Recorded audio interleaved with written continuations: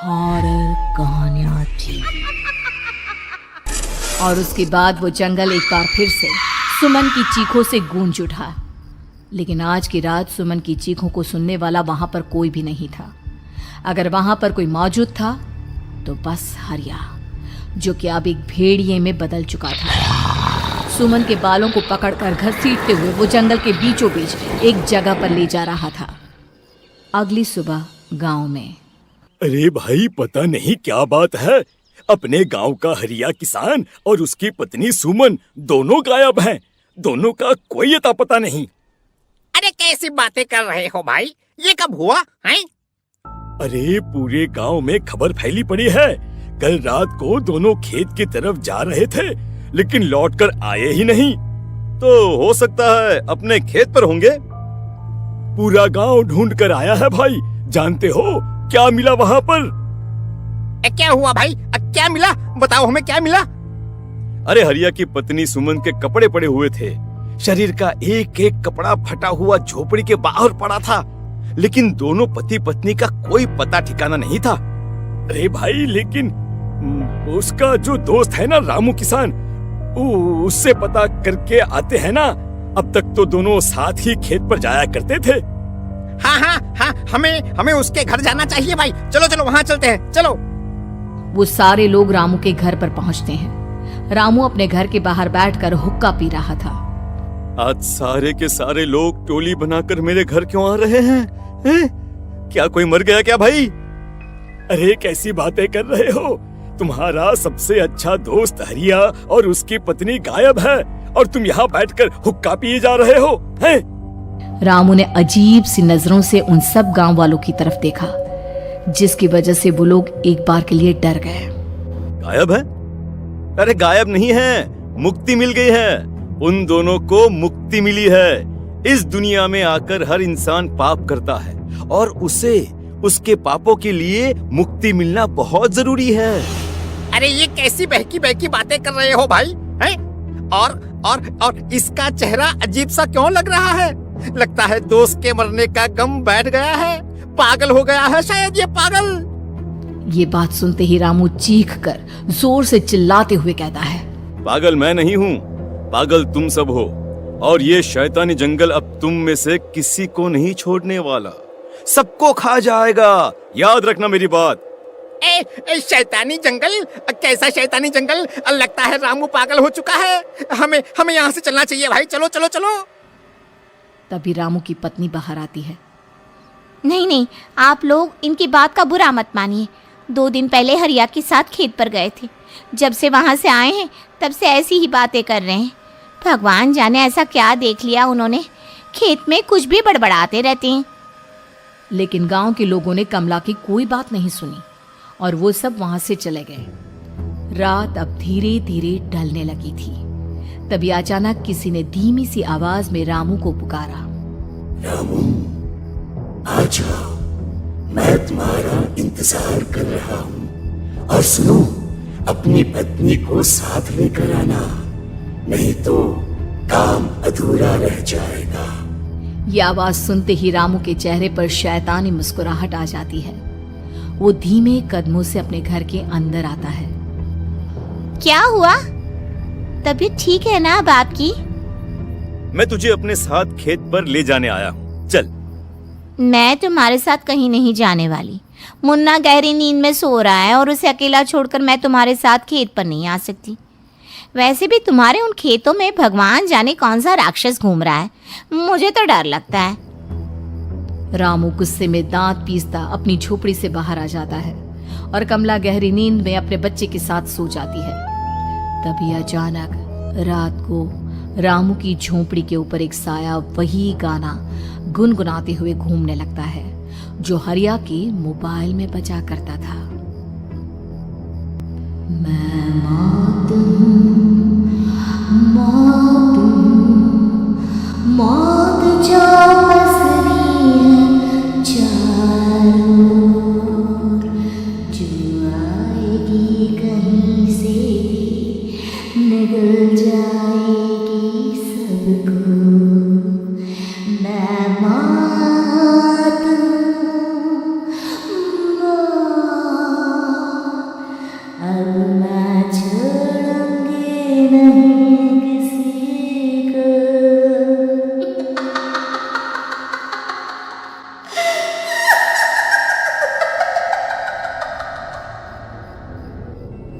ये आवाज सुनकर रामू की पत्नी कमला की आंख खुलती है और वो देखती है कि उसका मुन्ना अपनी जगह से गायब था। कमला चीखते हुए बाहर दौड़ कर आती है। वहां पर उसने देखा कि रामू ने अपने बच्चे को झोपड़ी के बाहर एक पेड़ से उल्टा लटकाया हुआ था और उसका बच्चा चीख चीख कर रो रहा था। वहीं दूसरी तरफ एक साया बच्चे के ठीक नीचे आग जलाकर उसके चारों तरफ हैवानों की तरफ नाच रहा था। छोड़ दो मेरे बच्चे को। अरे क्या कर रहे हो तुम? शर्म नहीं आती तुम्हें? अपने ही बच्चे को इस तरह मौत के हवाले करते हुए। अपना बच्चा? किसने कहा ये मेरा बच्चा है? अरे ये तो उस रामू की औलाद है, इस गांव के किसान रामू की, और मेरी दुश्मनी इस गांव के हर इंसान के साथ है। क्या? कैसी बात कर रहे हो तुम? और ये औरत कौन है? ये मेरे बच्चे को खा जाएगी।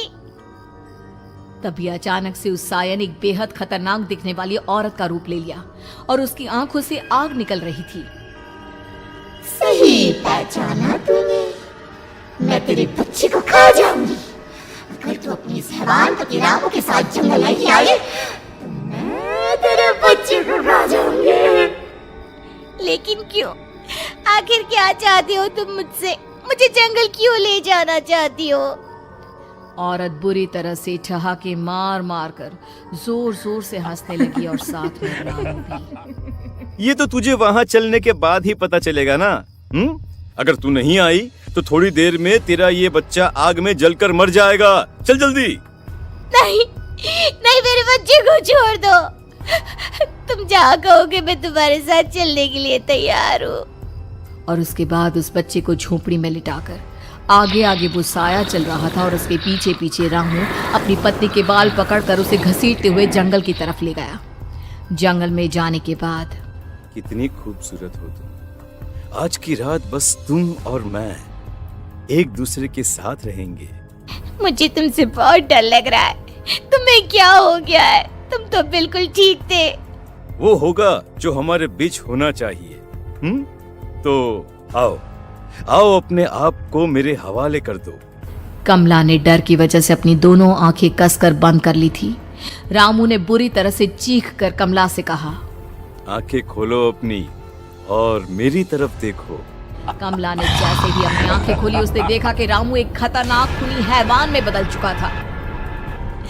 कौन हो तुम? जाने दो मुझे। क्या चाहते हो मुझसे? वही जो एक आदमी एक औरत से चाहता है। मैं तुम्हारा पति रामू नहीं बल्कि इस जंगल का एक भेड़िया हूँ और आज की रात तुम्हारे खून से अपनी प्यास बुझा जाऊं। और उसके बाद वो जंगल कमला की दर्दनाक चीखों से गूंज उठा। अगली सुबह कमला के कपड़े भी जंगल में उसी तरह पाए गए जैसे कि सुमन के पाए गए थे। इस घटना के बाद पूरे गांव में दहशत का माहौल था। अपने माँ बाप की मौत और गांव में हो रहे इस तरह की घटनाओं की खबर सुनकर किशन शहर से गांव लौट आया था। अपने माँ बाप की बेदर्द मौत की वजह से वो बहुत परेशान था। तभी अचानक उसे अपने घर में खाट के नीचे पड़ा हुआ वो मोबाइल फोन मिला जो उसने अपने पापा हरिया को गिफ्ट किया था। अरे कितने प्यार से पापा के लिए मोबाइल फोन लेकर आया था। इसे एक दिन भी काम में नहीं ले पाए। और आखिर कौन है जो गांव में इस तरह की हत्याएं कर रहा है? क्या है इन सब के पीछे? क्या है? मुझे पता करना ही होगा, वरना एक दिन पूरा का पूरा गांव खाली हो जाएगा। इस गांव में एक भी जिंदा इंसान नहीं बचेगा।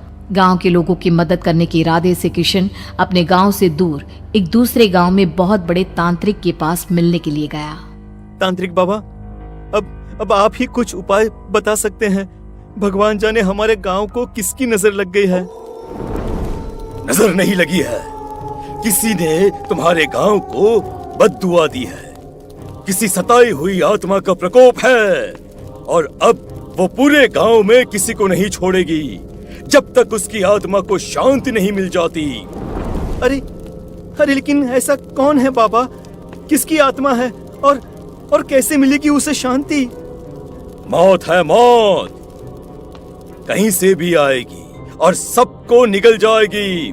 इससे बचने का सिर्फ एक ही उपाय है, लेकिन उस उपाय को करना आसान नहीं होगा। जो भी उस उपाय को करने की कोशिश करेगा उसकी जान जा सकती है। भले ही मेरी जान चली जाए, लेकिन मैं अपने गांव के लोगों की जान बचाने की पूरी कोशिश करूंगा बाबा। तो ठीक है फिर, अगली अमावस की रात जैसा मैं कहता हूँ वैसा ही करना। अमावस की रात तांत्रिक के बताए अनुसार किशन अपने साथ केरोसिन लेकर जंगल की तरफ चल पड़ा। उसके हाथ में देवी के मंदिर का सिंदूर भी था। किशन जंगल के बीचों बीच पहुंचा। ये देखकर उसकी आंखें फटी की फटी रह गई। वहां एक उबलते पानी का तालाब था और कई लोगों की लाश लटक रही थी। किशन के माँ बाप की लाश भी वहीं थी। माँ, बापू, क्या हो गया? ये क्या हो गया? तभी वहां पर एक औरत और आदमी आते हैं। उन्हें देखकर किशन चौंक जाता है। गोपाल काका, आपकी तो 5 साल पहले मौत हो गई थी। और निर्मला काकी, आप? हाँ, मौत तो हो गई थी, लेकिन तुम ये नहीं जानते कि हमारी मौत कैसे हुई थी। क्या कहना चाहते हैं आप? कुछ नहीं, बस ये जान लो कि अब इस गांव में कोई जिंदा नहीं बचेगा। लेकिन क्यों काकी? क्योंकि 5 साल पहले इन गांव वालों ने मुझे डायन बताकर पत्थर मार मार के मार डाला। मेरी कोई गलती नहीं थी। गांव का एक बच्चा क्या लापता हुआ, सारा इल्जाम मेरी पत्नी पे डाल दिया। और जब मैंने निर्मला की जान बचाने की कोशिश की तो मुझे भी मार डाला। आपके साथ ये बहुत गलत हुआ काकी, लेकिन आप जो कर रहे हैं वो भी सही नहीं है ना? तुम यहाँ से चले जाओ वरना तुम भी नहीं बचोगे। हमारी आत्मा पिछले 5 साल से मुक्ति के लिए भटक रही है। चले जाओ यहाँ से। मौका देखकर किशन सिंदूर उन दोनों के ऊपर डाल देता है। उनका शरीर जलने लगता है और वो भयानक तरीके से चिल्लाने लगते हैं। अगले ही पल किशन उनके ऊपर केरोसिन डाल देता है और वो दोनों जल जाते हैं। किशन अपने माँ बाप और दूसरी लाशों का अंतिम संस्कार करवाता है और अपने घर लौट आता है। लेकिन वो अभी भी इस बात से अनजान है कि मोबाइल अभी भी बज रहा था। मैं मौत